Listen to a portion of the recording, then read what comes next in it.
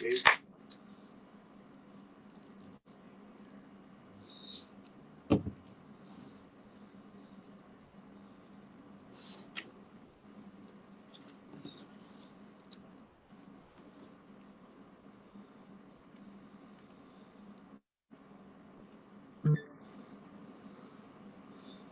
I just got a thing.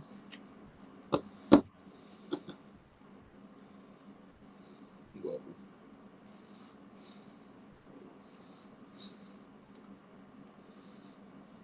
In case anybody wants to chat in here. Okay. You got the chat.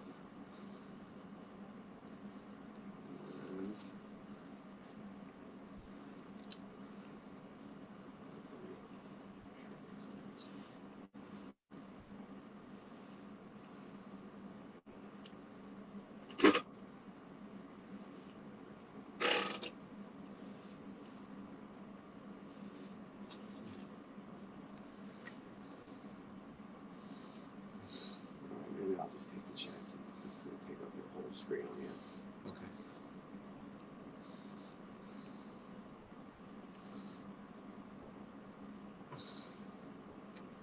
So you get the gist of it.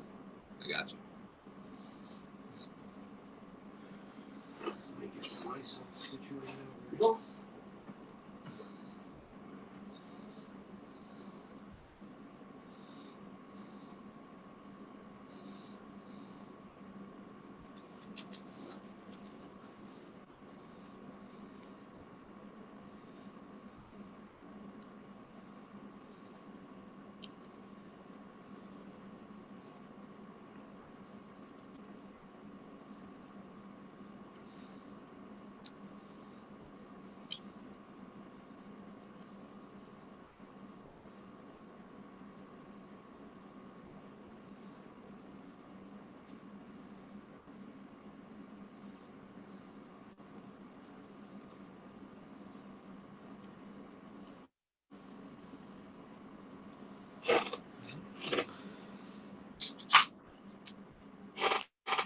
Where's my shit?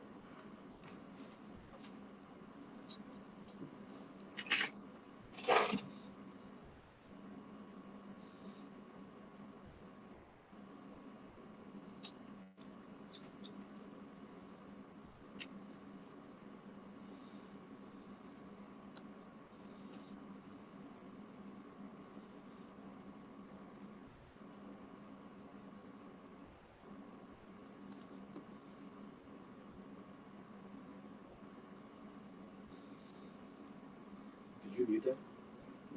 No. Can you mute it? Oh, this? Yeah. Oh, shit.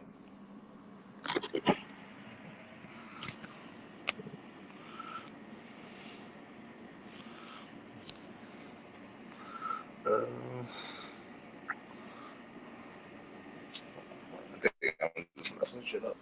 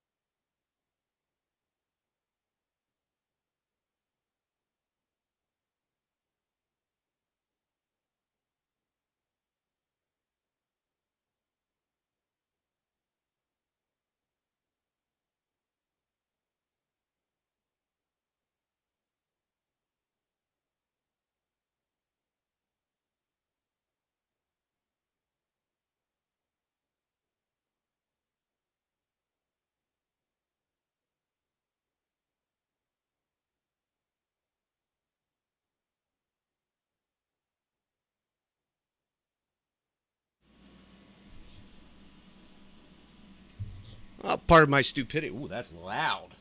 Let's try that again. Pardon my stupidity, but I am Patrick Kane, and we are back. Thank God, I am happy to be back. Mainly to do this show, it's for three reasons. Number one, it's Labor Day weekend, so everybody gets to kick back with a 3-day weekend. Number two, it's the unofficial end to summer, which also brings back NFL football, college football, and all the things that we will discuss later. And number three, and last but certainly not least, I do have another special guest host with me this week, which is certainly bound to confuse virtually everybody when you see him. So right now, let's roll up the show and let's get started.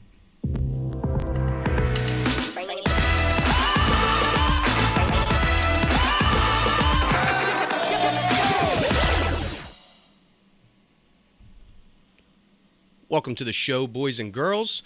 It is Friday, September 2nd, and I am joined by the one, the only, Booch. How you doing, pal? What is going on? What's up? Welcome back to the show. It's like getting the band back together. I don't even know what we're doing or how this even works. It's not the Booch and Pat show. It's Pardon Pat's stupidity, but I'm in it to win it. Well, let's be gentle on the whole Pat stupidity thing because, it's not in the title. It just says, pardon my stupidity. I like your little setup. You went all out for the pardon my stupidity.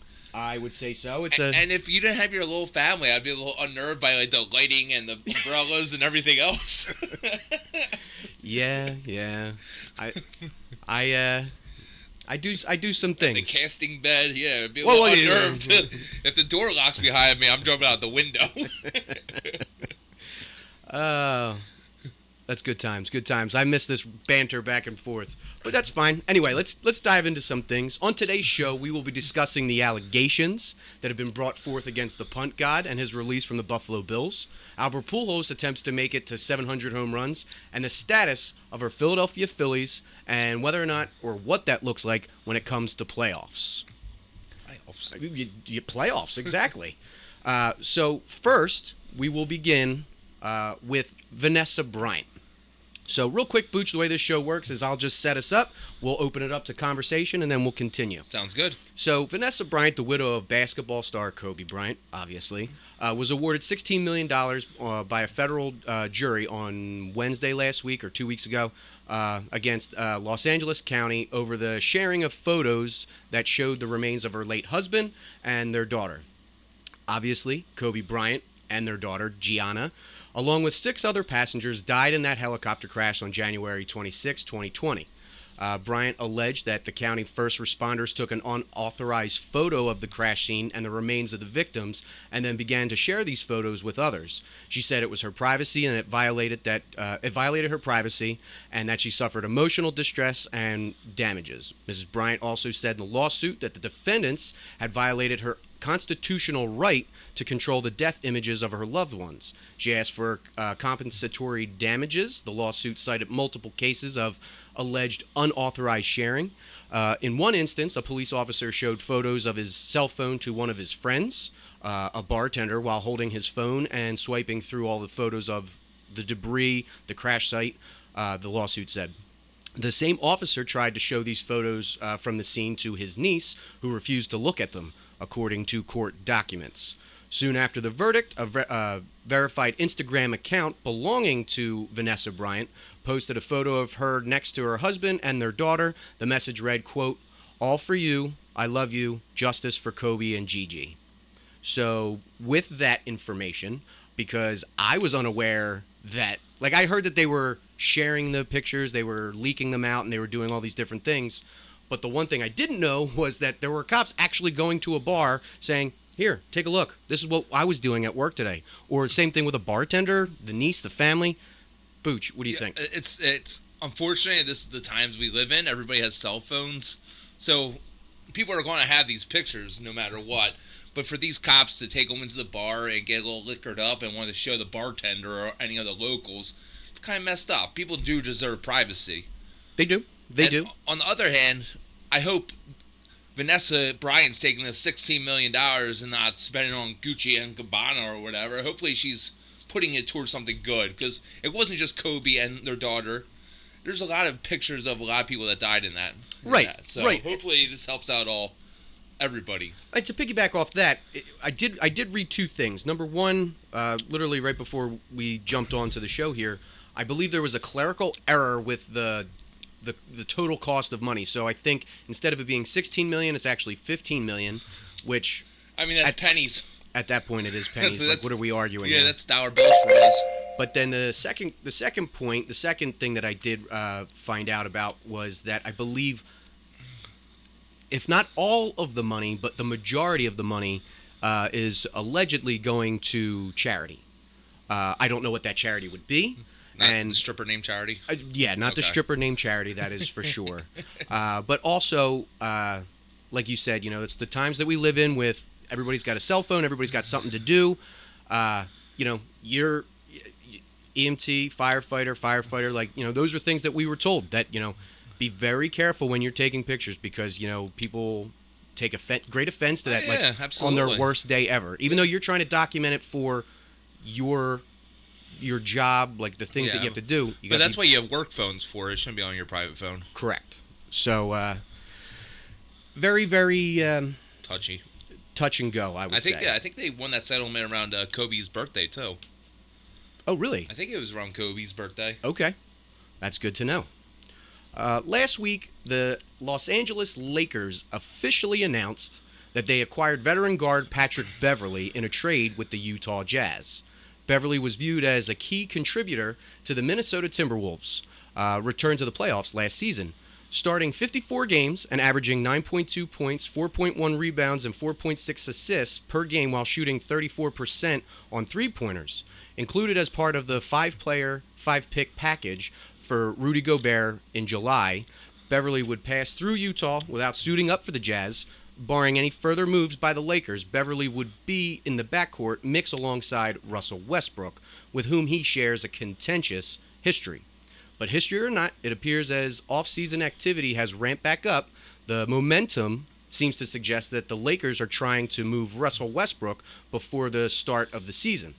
Now, that being said, reporter Mark Stein wrote, quote, "Sources say if no trade involving Westbrook materializes and he is on the roster when the Lakers start practicing on September 27th, new Lakers coach Darvin Ham remains determined to carve out a real role for Westbrook," end quote.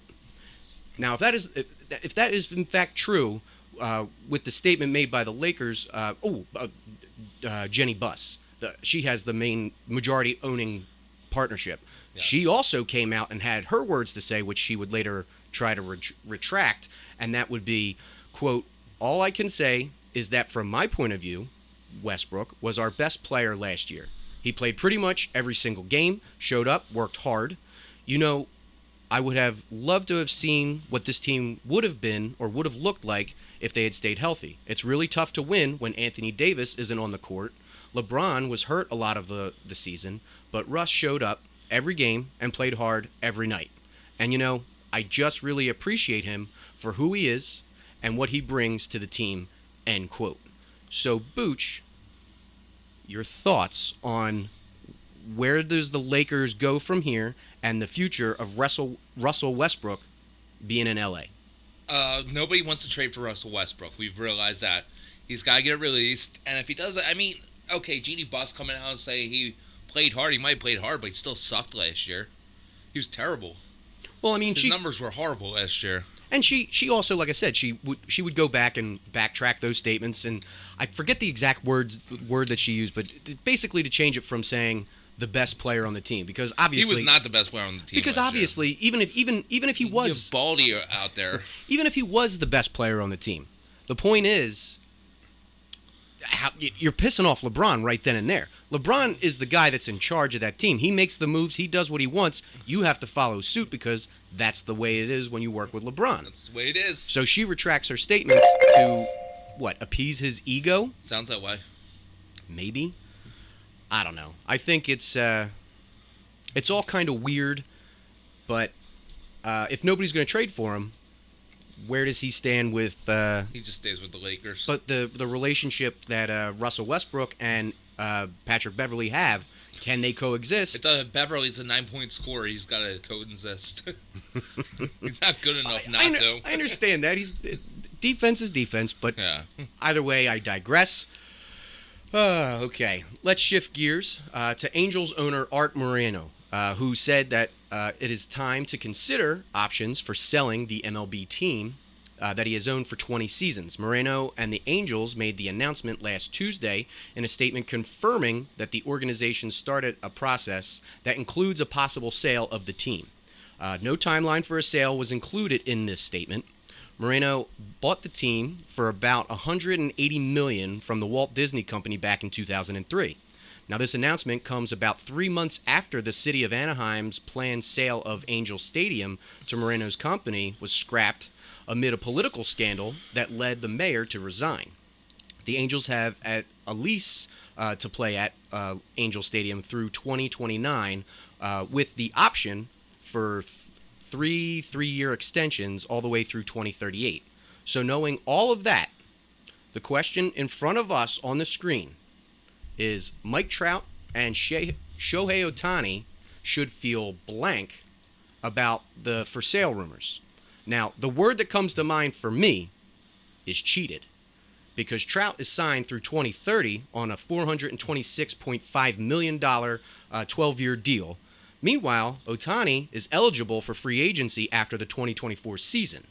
The trade deadline already came and went like a month ago, and Angels, who are a terrible team and have been all season, held on to these two guys for what I believe is their own greed in hopes that they would still be able to be the one thing keeping fans coming back and spending their hard-earned money. Now, this isn't good for these players themselves or fan base as it would be. Your thoughts? What is fill in the blank for you? They shouldn't feel anything. They're getting paid no matter what. It's not their business what happens behind the closed doors. Who cares who the owner is as long as they're getting paid and somebody tries to put a winning team out there? Well, does it really matter who the owner is as long as they're getting paid? It depends. It depends on how you want to view it. Mike Trout, obviously, it's guaranteed money. They're getting paid no matter what if they go anywhere.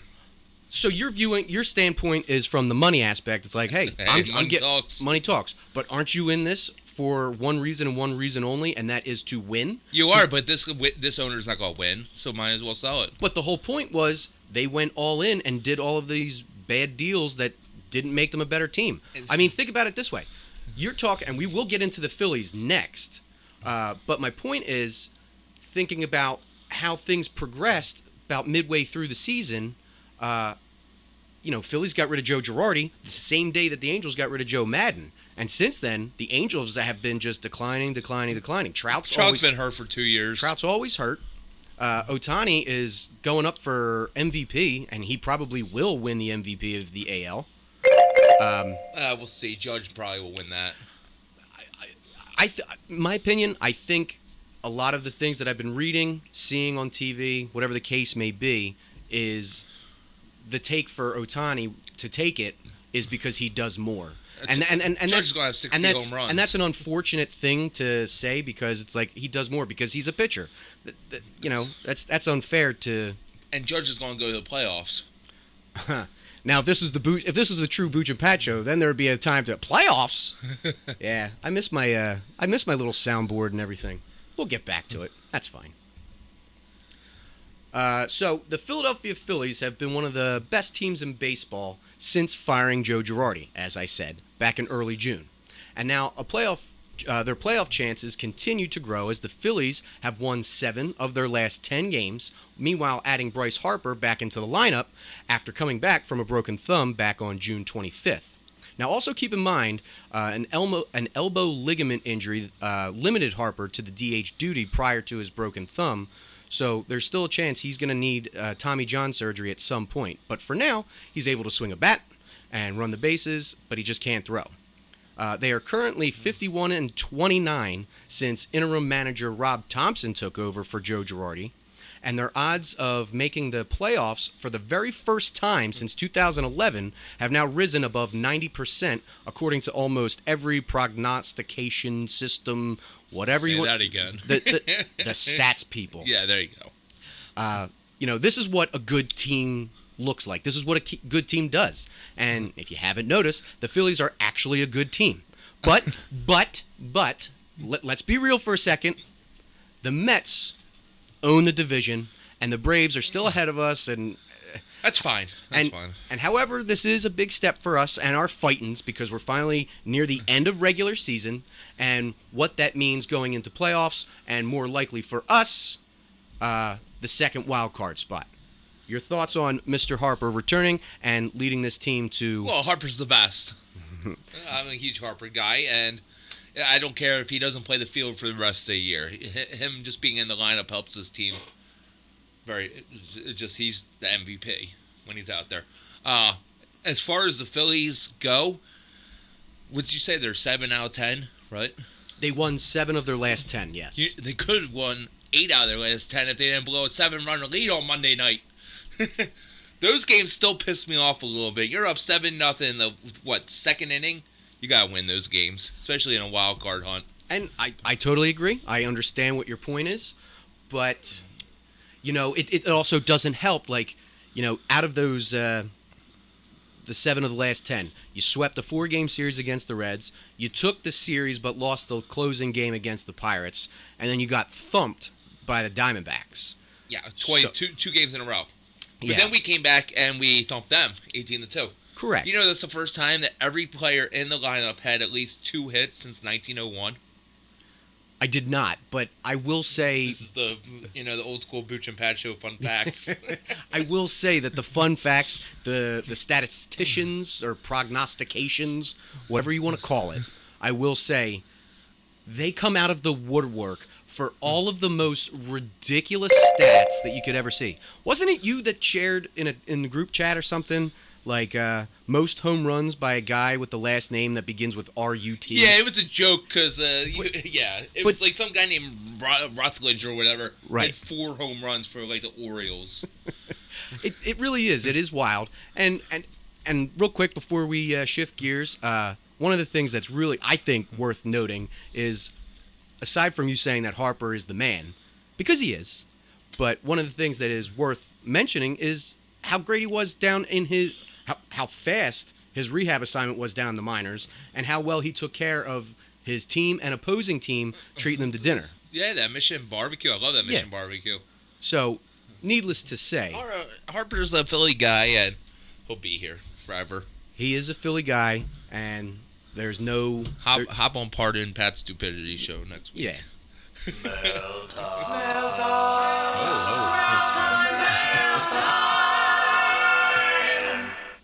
All right, it's mail time, boys and girls. Let's read your letters and see what you're questioning or what you want us to answer, whatever you sent in.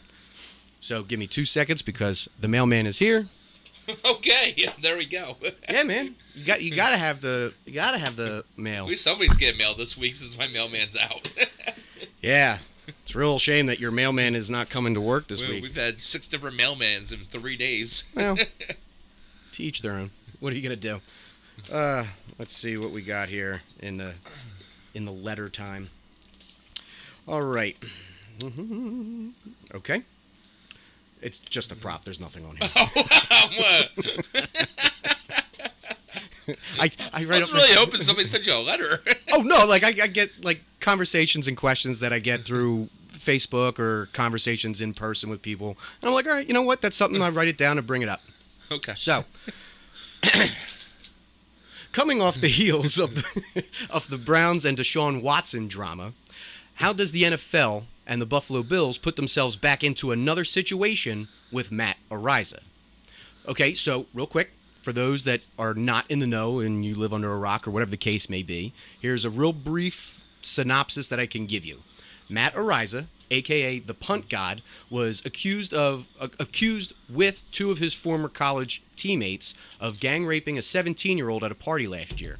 The alleged victim said that she was left bruised and bloodied, that her piercings were ripped from her body, ear, nose, belly button, that she was drunk and drugged and was in and out of consciousness. Ariza was signed by the Buffalo Bills as a 6th-round draft pick in April with a $4 million contract. Now, allegedly, the Bills did not know any of this information when they drafted him, But at some point before this scandal broke, and him being drafted, they were informed of all the details. So, to answer the question of how do the Bills let themselves get back into the situation, how does the NFL allow this to happen? I mean, first and foremost, I feel bad for the girl. I feel bad for everybody involved and whatever that means moving forward. I feel bad for. I don't want to say I feel bad for Matt Araiza because the optics just look bad. That being said, if he's innocent, then I'll get to feeling bad for him then. But as it stands right now, and the way that we've seen things go with Deshaun Watson, you're just a horrible human being. And the NFL, time and time again, for me, seems to keep screwing up. So how do they allow this situation to happen?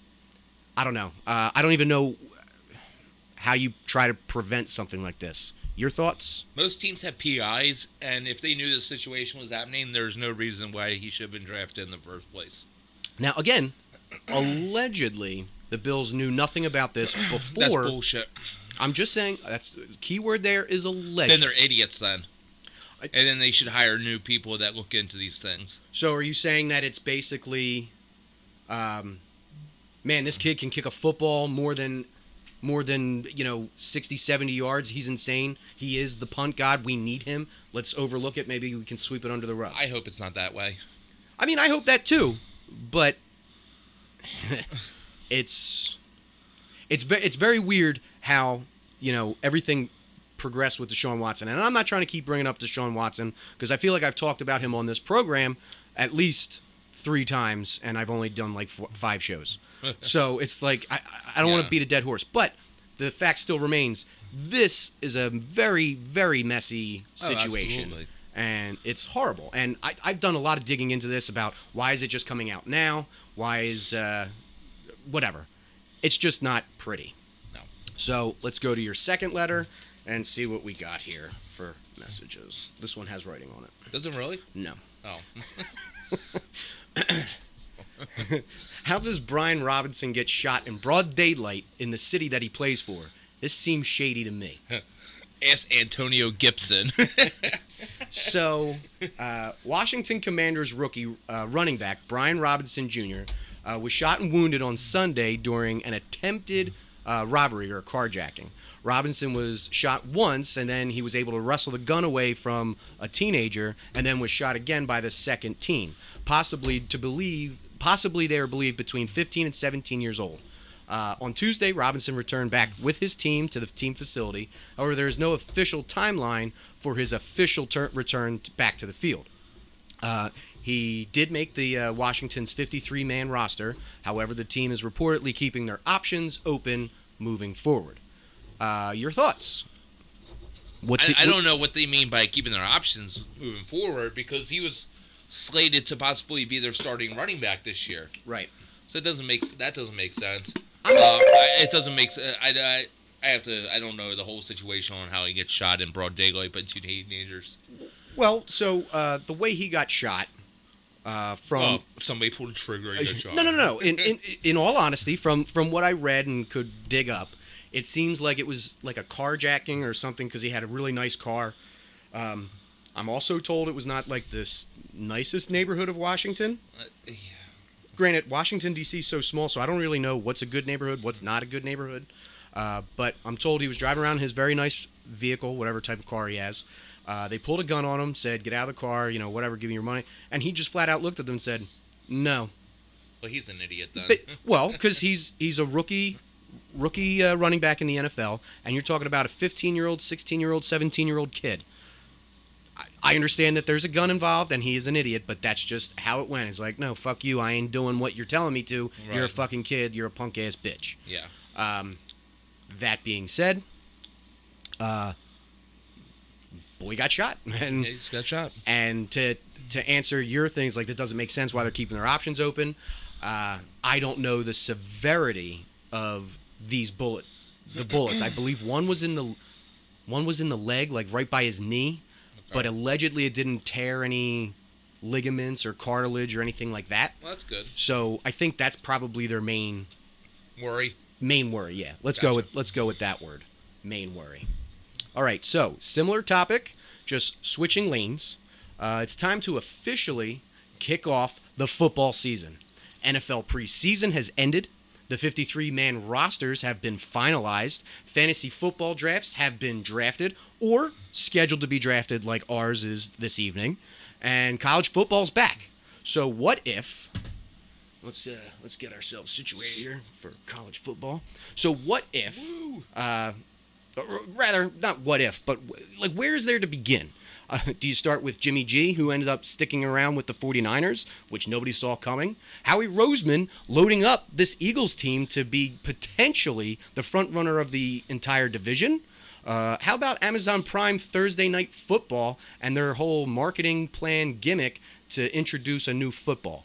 There's so many things. There's just not enough time. I don't really know where to begin, so I'm going to turn it to you. You lead this whole topic for us. The NFL football's back. Penn State played last night.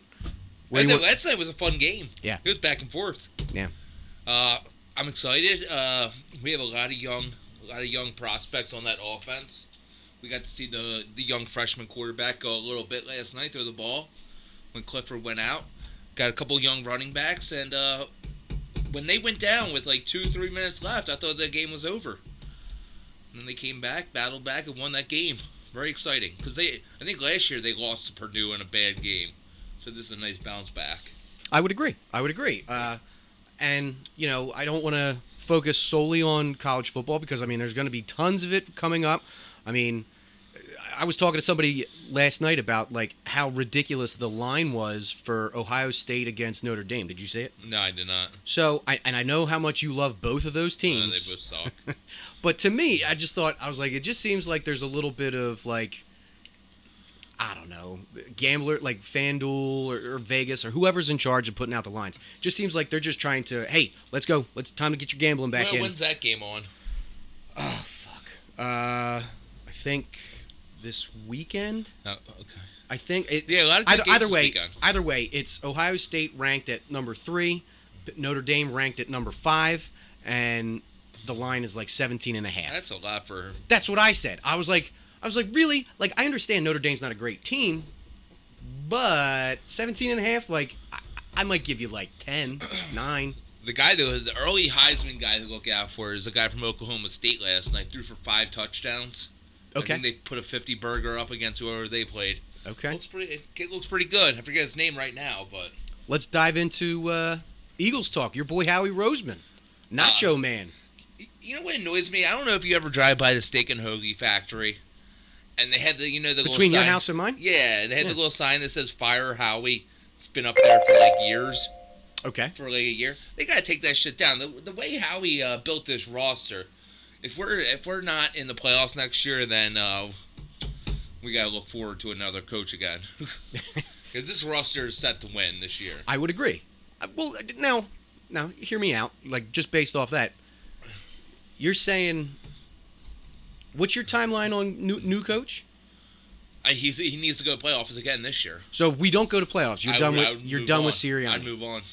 Okay. Unless you have all these major injuries, unless Hurts goes down, AJ Green, your defense goes down, Swoop goes down. Oh, go down with Poe. Poe's out this season. Yeah. Rest in peace. They're doing tryouts for a new mascot tomorrow. Pour out one for your homie. My girlfriend would kill me if I ruin these carpets. But like anyway, I digress. I think you are right. I think it's going to be a real fun Eagles season. I think it's going to be. I can't wait. I'll be there the first game against Detroit Rock City. That's right. Next weekend. I forgot you're traveling. This time next week, I'll be in Detroit. What day are you guys leaving? Friday morning. Oh, so what time is it now? 3:17. Yeah.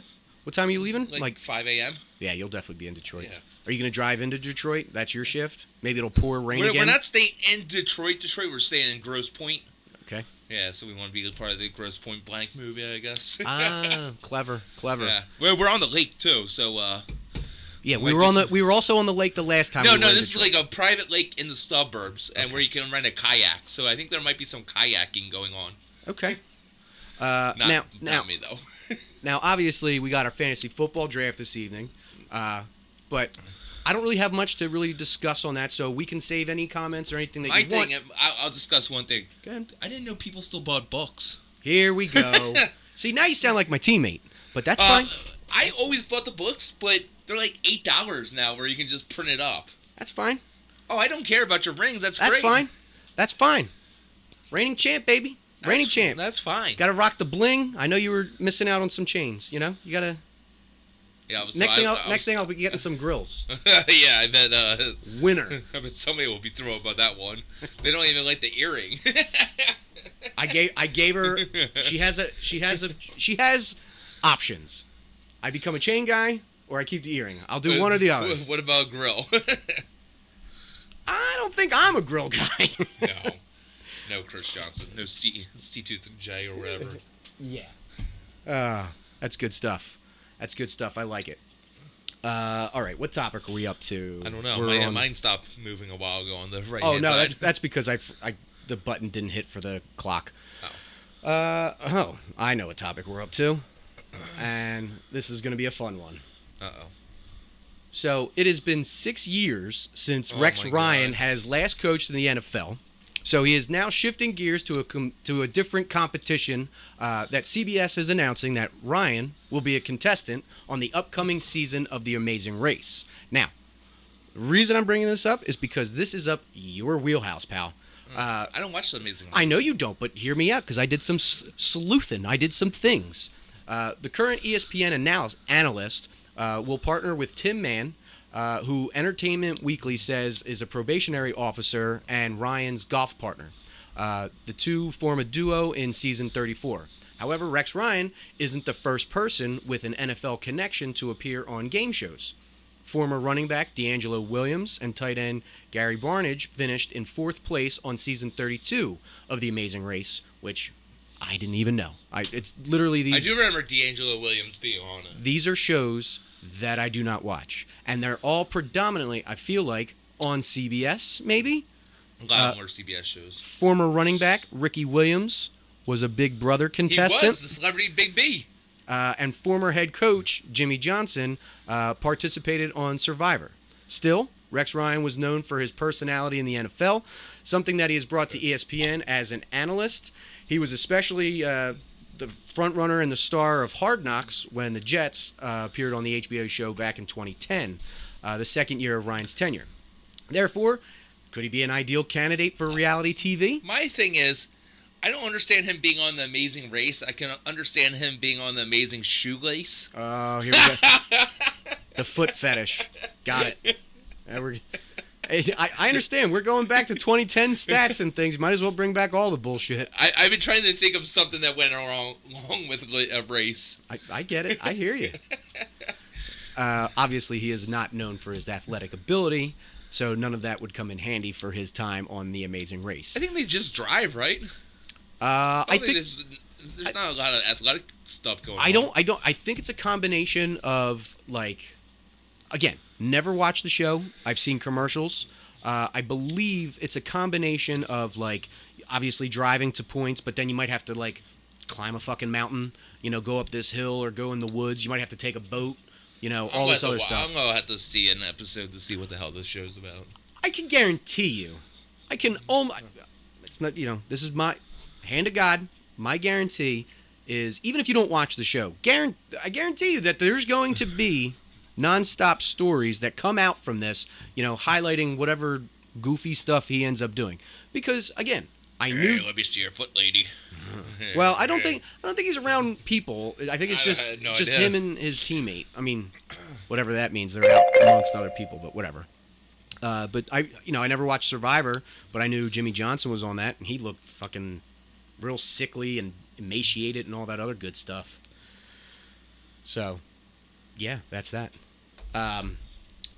Anyway, I assume that rolls right in line with all of your Big Brother and all your goofy stuff, or I don't know, maybe. I'll have to watch it to see how the foot guy does.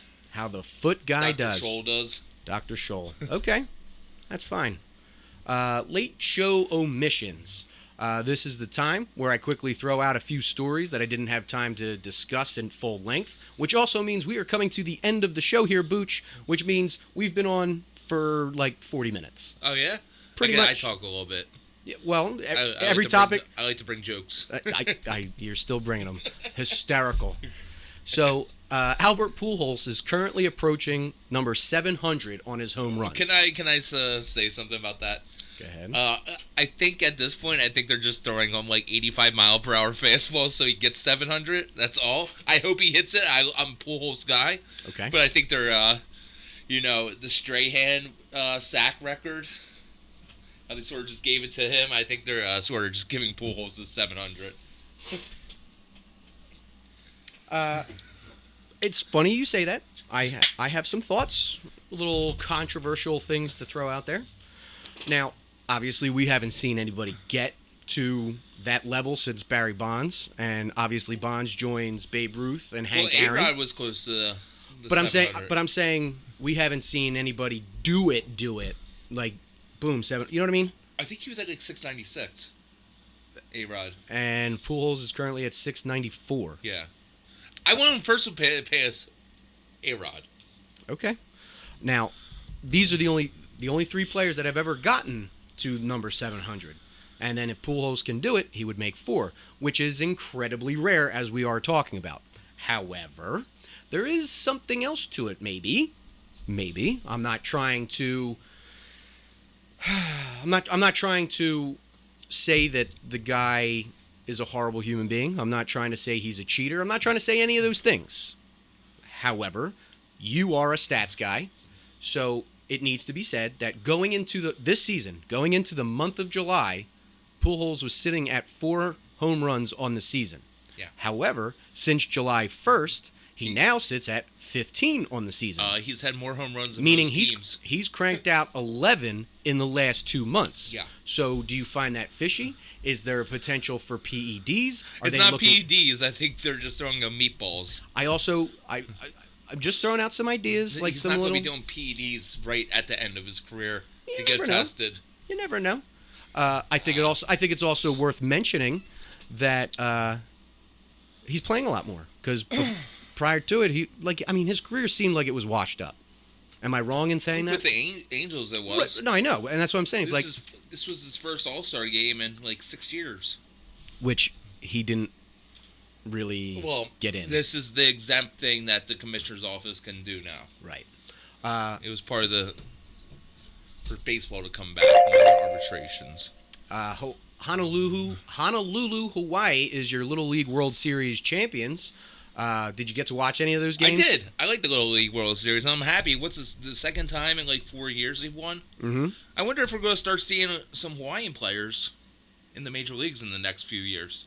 I mean, I'm sure Shane Victorino would love that. And Shane Victorino to me is the OG Hawaiian player who I think started this whole trend of Hawaii being a baseball powerhouse. I would agree. I didn't mean to do that. I cut you out for some reason, so that's my fault. Hit the wrong button. Let's get you back here in a second, because we're still trying to do our final thoughts. I don't understand what happened. Let's rock it through this real quick to get you back. I don't know. Everything's all screwed up. There we go. Or not. I don't know. That's all right. I don't care. You can hear me. They saw me all week. We made it to the end, so that's virtually what really matters, you know? They saw me the whole show. I would agree. They did see you the whole show.